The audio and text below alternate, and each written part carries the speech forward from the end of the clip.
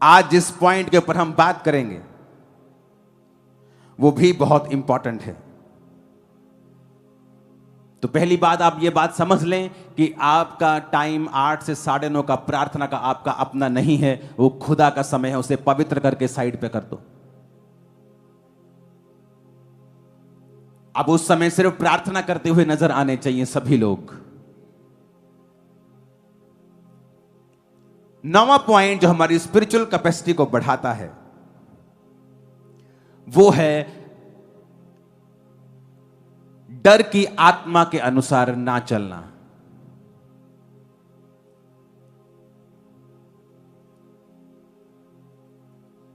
अपने पड़ोसी को बोलो, डर की आत्मा के अनुसार ना चलना।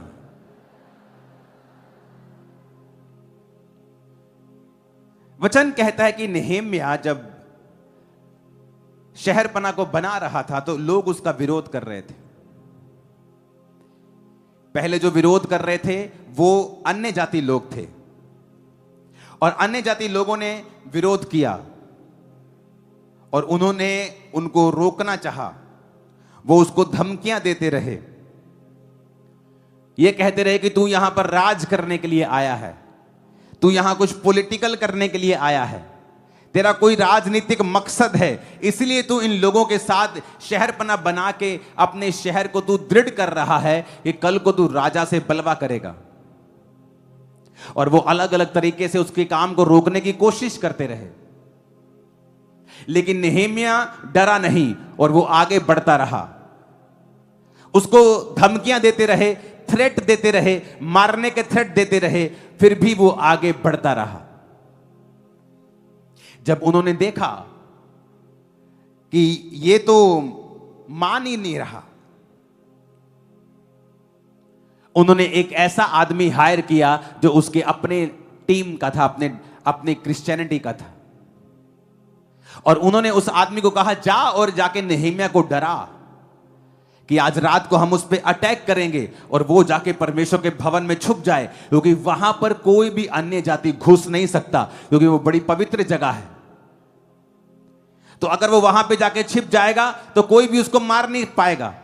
उसको डरा और उसको प्रेरित करके वो जाके भवन के अंदर छुप जाए। नेहेम्या 6 उसकी 10 आयत में लिखा, फिर मैं शमाया के घर में गया जो दलाहया का पुत्र और महतबेल का पोता था। वह तो बंद घर में था, और उसने कहा, आ हम परमेश्वर के भवन अर्थात मंदिर के भीतर आपस में भेंट करें और मंदिर के द्वार बंद करें। हालेलुया। क्योंकि वे लोग तुझे घात करने आएंगे और रात को ही वे तुझे घात करने आएंगे। परंतु मैंने कहा, नेहेम्या ने कहा, क्या मुझ जैसा मनुष्य भागे, और मुझ जैसा कौन है जो अपने प्राण बचाने को मंदिर में घुसे? मैं नहीं जाने का।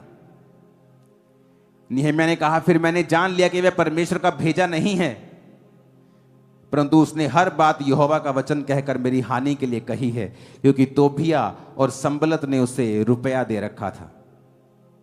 उन्होंने इस कारण रुपया दे रखा था कि मैं डर जाऊं और वैसा ही काम करके पापी ठहरूं और उनको दोष लगाने का अवसर मिले और वो मेरी नाम धराई कर सके। नेहेम्या परमेश्वर के वचन को जानता था, क्योंकि मूसा ने जब परमेश्वर से व्यवस्था ली थी तो गिनती की पुस्तक उसकी 18 और उसकी 7 में लिखा है। आप अपनी स्क्रीन पे उसे पढ़ सकते हैं। गिनती 18 उसकी 7 आयत, थोड़ा जल्दी निकालें प्लीज।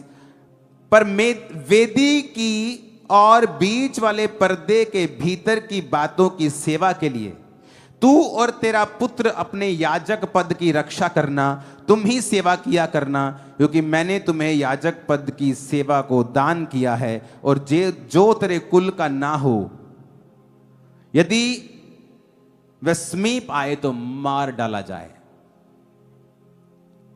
परमेश्वर ने मूसा को वचन दिया था,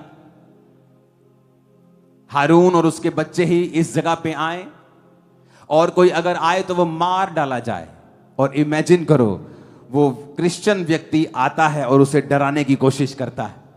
कि आज रात वो तुझ पे अटैक करेंगे, आज वो हथियारों के साथ आ रहे हैं। भाई साहब, ये बात कंफर्म है, पक्की बात, मैं तुझे पक्की न्यूज दे रहा हूं। तुझे भागना पड़ेगा, नहीं तो तू आज रात तू मर जाएगा।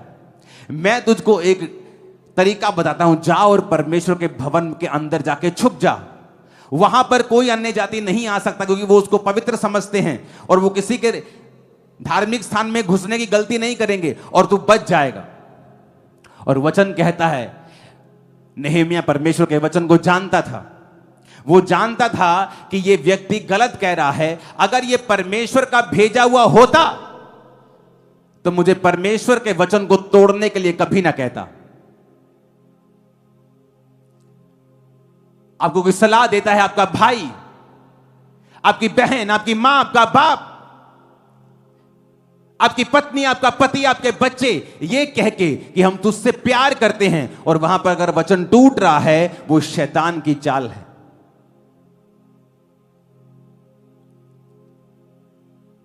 आप कोई भी स्टेप अगर डर के साथ लेते हैं,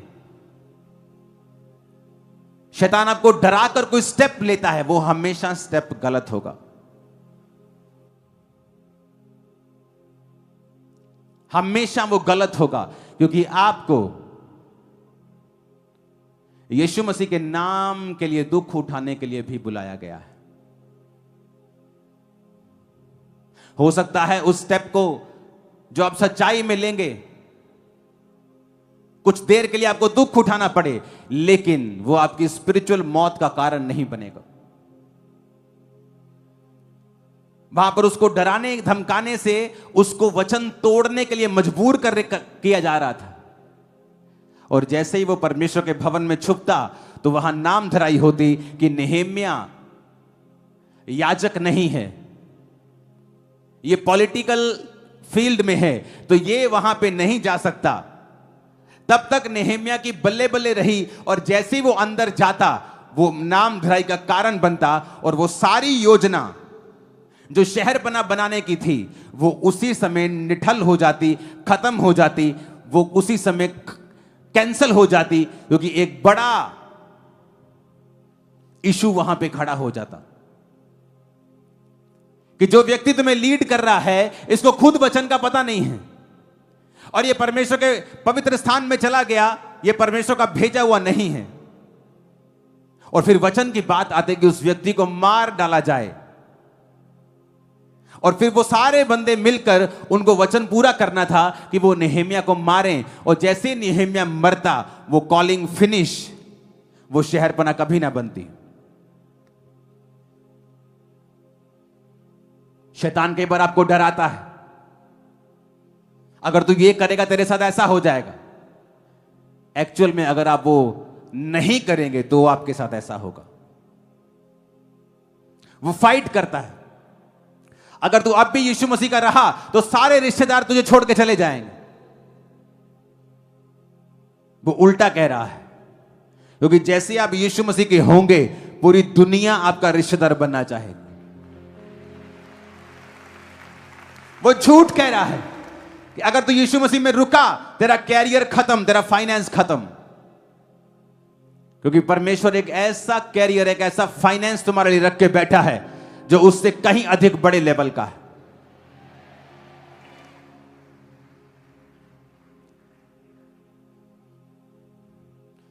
मॉडल टाउन में मैंने परमेश्वर को ग्रहण किया।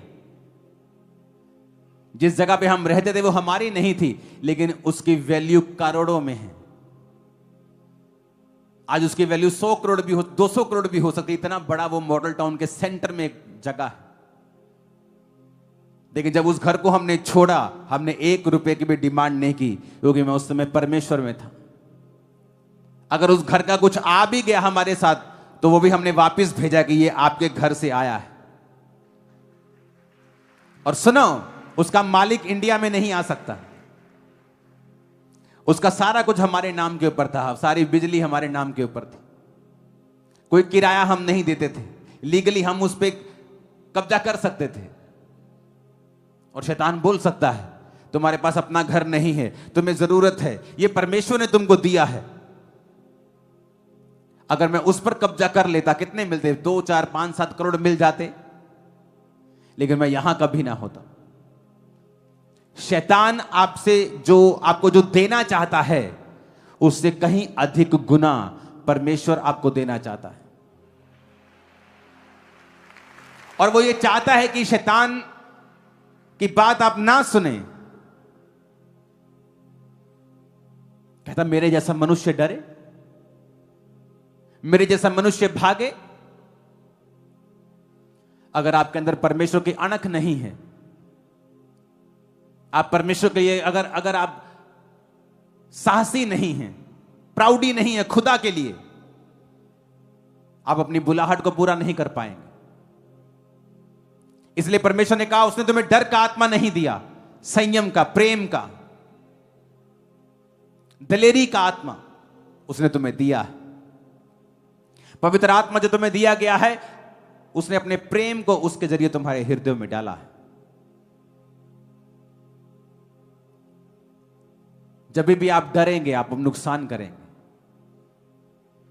आप कोई भी स्टेप डर कर उठाएंगे, उसमें कभी आपका फायदा नहीं होगा। अगर आप अपनी कैपेसिटी को बढ़ते हुए देखना चाहते हैं, फियर से बाहर आ जाएं, डर से बाहर आ जाएं। इसलिए परमेश्वर ने कहा शैतान का सामना कर, वो तेरे सामने से भाग जाएगा। ऊंची आवाज में कहो आमीन।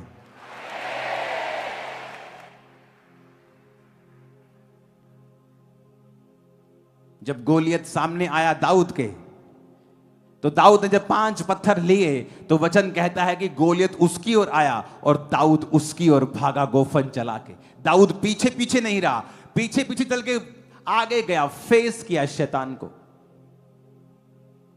परमेश्वर चाहता है आप शैतान को फेस करें, आप सामना करें डर का, भागे नहीं। अगर आप भागेंगे नुकसान होगा। शैतान कभी आपका भला नहीं चाहता, वो आपको डराता है ताकि आपका नुकसान कर सके। अगर आप डर की आत्मा के चलाए चलेंगे, आप कभी परमेश्वर की योजना को पूरा नहीं कर पाएंगे।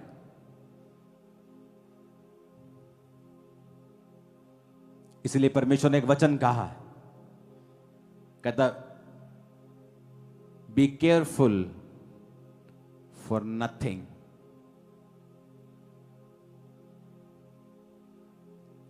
बी केयरफुल कहता फॉर नथिंग, कहता किसी बात की चिंता मत कर।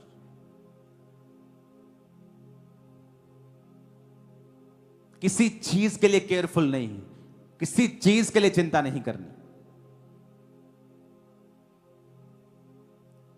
और वचन कहता है उसने ऐसा ही किया। उसने कहा जो लोग मुझे मारने के लिए आ रहे हैं देख लेंगे, कोई और हल निकाल लेंगे, परमेश्वर मुझे बचाएगा, लेकिन मैं ऐसा नहीं करूंगा जो वचन के खिलाफ है। आप चाहते हैं परमेश्वर आपकी लाइफ में काम करे, आपको डर की स्पिरिट से बाहर आना पड़ेगा। आपको डर की आत्मा को छोड़ना पड़ेगा।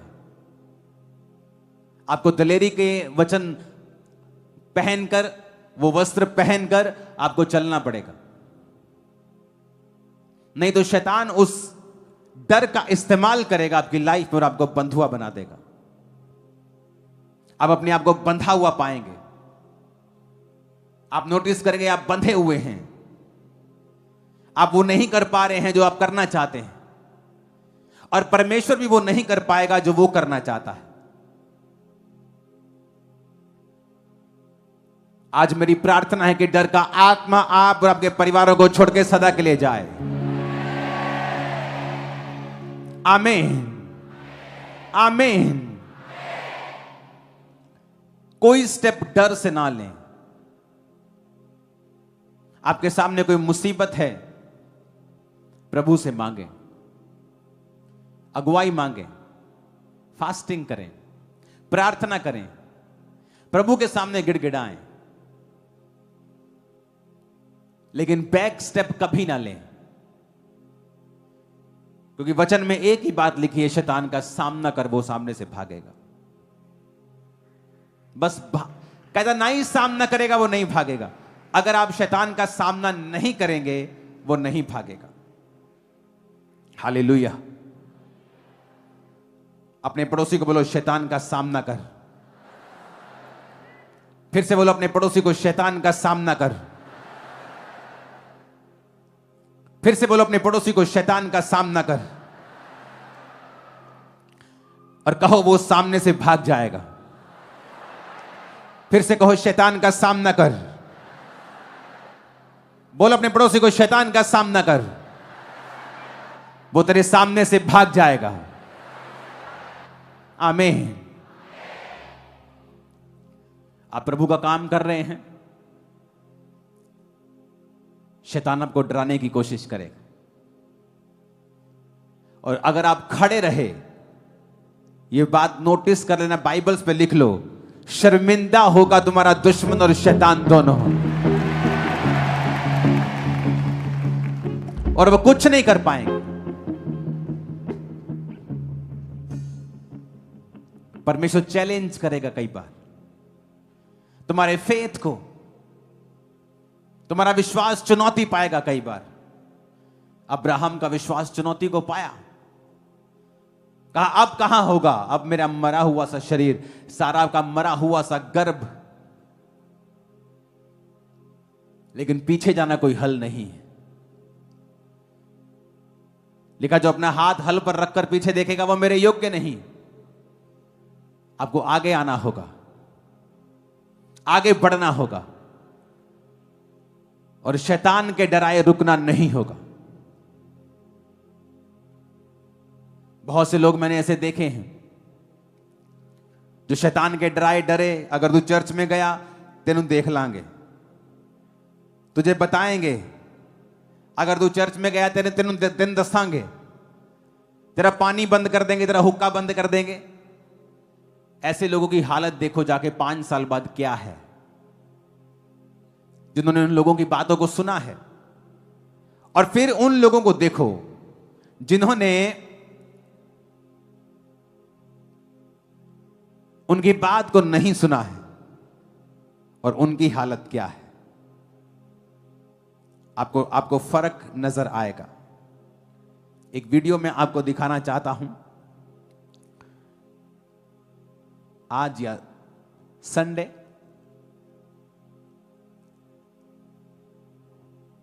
अपने पड़ोसी को बोलो, फिर से बोलो मत डर। फिर से बोलो अपने पड़ोसी को, ध्यान से बोलो मत डर। आमीन। हर तरह का डर, धमकियां, नुकसान का डर। यीशु मसीह ने कहा मेरा राज्य उस व्यापारी के समान है, जैसे जब वो राज्य मिला, मोती मिला, उसने सब कुछ बेचकर मोती मोल लिया। लोगों के हिसाब से पागल लगा वो, ये घर बेच दिया, खेत बेच दिया, रहेगा कहां। पर उसे मालूम था ये मोती जब मैं ले लूंगा, इससे जो मैंने घर बेचा ऐसे 100 घर आ जाएंगे, जो ऐसा खेत बेचा ऐसे 100 खेत आ जाएंगे। दुनिया का एक भी विश्वासी दिखाओ जो परमेश्वर में चला हो और दुनिया ने उसे छोड़ने की धमकी दी हो, और उसने नहीं छोड़ा परमेश्वर को, और आज वो अकेला हो। एक भी दिखाओ, नहीं दिखा पाओगे आप। परमेश्वर ने उसकी लाइफ में लोग भेजे हैं, अपनी संगति भेजी, बरकत भेजी। अपने पड़ोसी को बोलो मत डर। इब्रानिया 12 उसकी 1 आयत में लिखा है कि जिस दौड़ में तुझे दौड़ना है, इस कारण जब गवाहों का ऐसा बड़ा बादल हमको घेरे हुए है, तो आओ हर एक रोकने वाली वस्तु और उलझाने वाले पाप को दूर करके जिसमें हमें दौड़ना है, उस दौड़ को धीरज से दौड़े। क्रिश्चियनिटी में अगर आपको अपनी कैपेसिटी को बड़ा करना है तो आपको दौड़ना भी पड़ेगा और धीरज भी रखना पड़ेगा। कुछ लोग सोचते हैं क्रिश्चियनिटी का मतलब है अब स्लो हो गए लाइफ में, कुछ नहीं करना। ऐसा नहीं लिखा। उसने कहा दौड़ना है, पर धीरज से दौड़ना है और लंबा दौड़ना है। अगर आप शॉर्ट टाइम बेनिफिट चाहते हैं तो क्रिश्चियनिटी आप लोगों के लिए नहीं है। क्योंकि परमेश्वर ने जब आपको बुलाया, उसने आपके लिए एक योजना रखी है, आपके परिवारों के लिए, वंशों के लिए, जनरेशंस के लिए। उसने वो प्लानिंग्स आप लोगों के लिए रखी हैं। लेकिन अगर आप शॉर्ट टाइम के लिए, आपको जल्दी है, तो फिर वो योजनाएं आप लोगों के लिए नहीं है। बिना डर के, और 10वां पॉइंट है एंड्योरेंस के साथ, धीरज के साथ। आत्मा का एक फल है लॉन्ग सफरिंग, एक फल है संयम। किसी ने आपको थप्पड़ मारा, ठा, आपने संयम रखा, कुछ नहीं कहा। फिर उसने एक बार फिर मारा, फिर तीसरा, फिर चौथा, उसे कहते हैं लॉन्ग सफरिंग। कि आपने परमेश्वर के लिए सफर किया है, सहा है, दुखों को सहा है, सतावों को सहा है। कहता दौड़ना भी है, प्रेयर भी करनी है, फास्टिंग भी करनी है, पर कहता धीरज के साथ दौड़ना है। अपने पड़ोसी को बोलो, क्रिश्चियनिटी में तुम्हें दौड़ना है, लेकिन धीरज के साथ। आमीन। क्योंकि परमेश्वर एक गहरी, एक साफ सुथरी और एक अच्छी सहभागिता चाहता है आप लोगों के साथ। और वो चाहता है कि आप उसके साथ सहभागिता रखें और रोज उसके संग चलें। आप रोज कैसे चल पाएंगे? क्योंकि रोज मौसम एक सा नहीं होगा। किसी दिन सुख आएगा, किसी दिन दुख होगा, किसी दिन मौसम अच्छा होगा, किसी दिन चंगा होगा, किसी दिन बीमारी होगी, किसी दिन मन की मर्जी पूरी होगी, किसी दिन मन की मर्जी पूरी नहीं होगी। पर अगर तुम धीरज के साथ दौड़ोगे और परमेश्वर के साथ सहभागिता रखोगे, तुम फिर दौड़ते रहोगे। मैंने सेवकाई में बहुत से लोगों को देखा है, वो दौड़े पर धीरज से नहीं। यूथ को देखा है, सेवकाई शुरू की, खत्म, कुछ सालों में फिनिश। फेसबुक पे कोई सेवकाई शुरू की, कुछ सालों में फिनिश। कोई दर्शन शुरू किया, कुछ सालों में फिनिश। क्योंकि शुरू करना आसान है, खत्म करना नहीं। इंड्योरेंस चाहिए आपको, धीरज चाहिए उस दौड़ में दौड़ते रहने के लिए। और इसलिए परमेश्वर की मास्टर प्लानिंग को, उसकी बुलाहट को बहुत कम लोग हैं जो पूरा कर पाते हैं। क्योंकि दौड़ते सब हैं, लेकिन धीरज के साथ बहुत कम लोग हैं जो दौड़ते हैं। आप धीरज के साथ दौड़ेंगे तो ही जीतेंगे।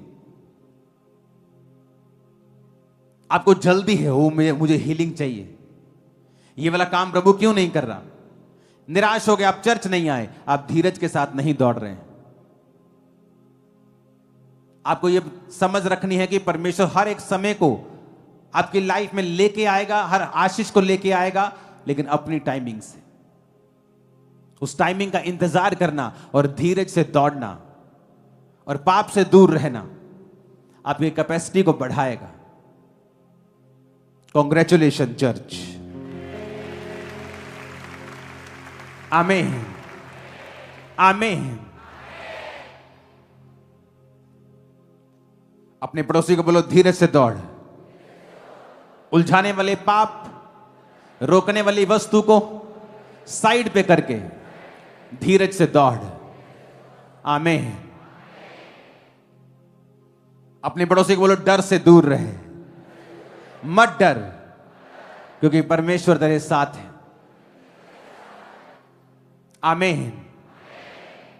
अगर आप चाहते हो प्रभु आपकी लाइफ में काम करे, आपके कोई भी स्टेप डर से नहीं होने चाहिए। जहां शैतान आपको डराएगा, समझो वही स्टैंड लेने का टाइम है और वही गवाही का समय है। अगर दाऊद गोलियत को पीछे चल चल के मारता, छुप छुप के मारता, कि अगर बाय द वे नहीं लगा तो मैं इधर से निकल जाऊंगा, मैं इसको भाग भाग के थोड़ा थकाता हूं, पर लिखा वो सामने से गया और सामने से जाके वो इधर आ रहा है और ये इधर आ रहा है और ये उसकी ओर जा रहा है। एक पत्थर, शैतान जब आपको डराए तो स्टेप लेना, क्योंकि वही आपकी टेस्टिमनी बनेगा, वही सेम चीज। कैसे बना वो राजा? आत्मा में तो राजा बन गया वो दाऊद, लोगों में एक्सेप्टेबल कैसे होता? और जब उसने गोलियत को मारा, लोगों ने कहा शाऊल ने हजारों को और दाऊद ने लाखों को मारा। मेरी बात समझ रहे कि नहीं? उसी डर को जीतने के बाद उसकी बुलाहट पूरी हुई। अपने हाथों को उठाओ। मेरा विश्वास है कि आप लोग अपने डर पे फतह पाएंगे और उस बुलाहट को पूरा कर पाएंगे जो परमेश्वर की है। उठाओ अपने हाथों को, सब जन खड़े हो जाओ।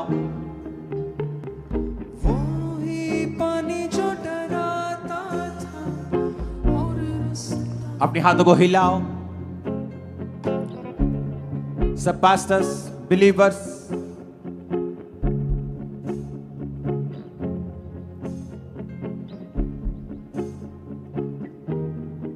राइट नाउ टाइम आ चुका है। अपने जीवन के लिए आप घोषणाएं करेंगे, ब्लेसिंग को मांगेंगे।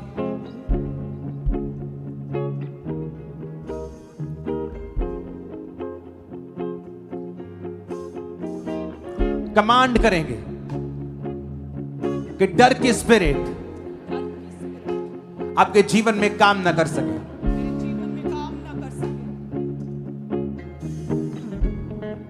डर का आत्मा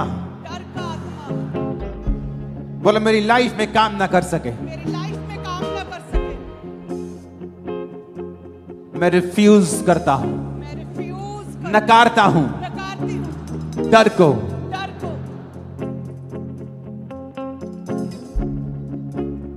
मैं नकारता हूं डर की आत्मा को।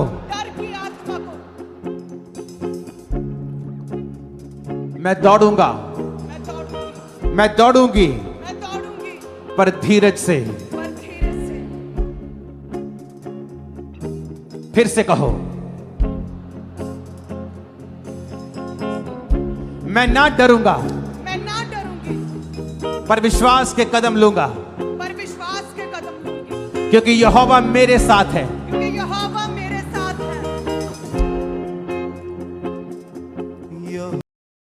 अगर ये वचन आपको आशीष दे रहा है तो इसे अपने जीवन में अपनाइए और दूसरों तक भी जरूर पहुंचाइए। याद रखें, केवल यीशु ही जीवन का सच्चा मार्ग, सत्य और जीवन है। अगर आप चाहते हैं कि परमेश्वर का वचन रोज आपके दिल तक पहुंचे तो हमारे चैनल को सब्सक्राइब करें, वीडियो को लाइक करें और बेल आइकन दबाना ना भूलें। प्रभु यीशु आपको आशीष दे, आपको सुरक्षित रखें और आपके जीवन में अपनी शांति और सामर्थ भर दे। धन्यवाद। मिलते हैं अगले वचन में।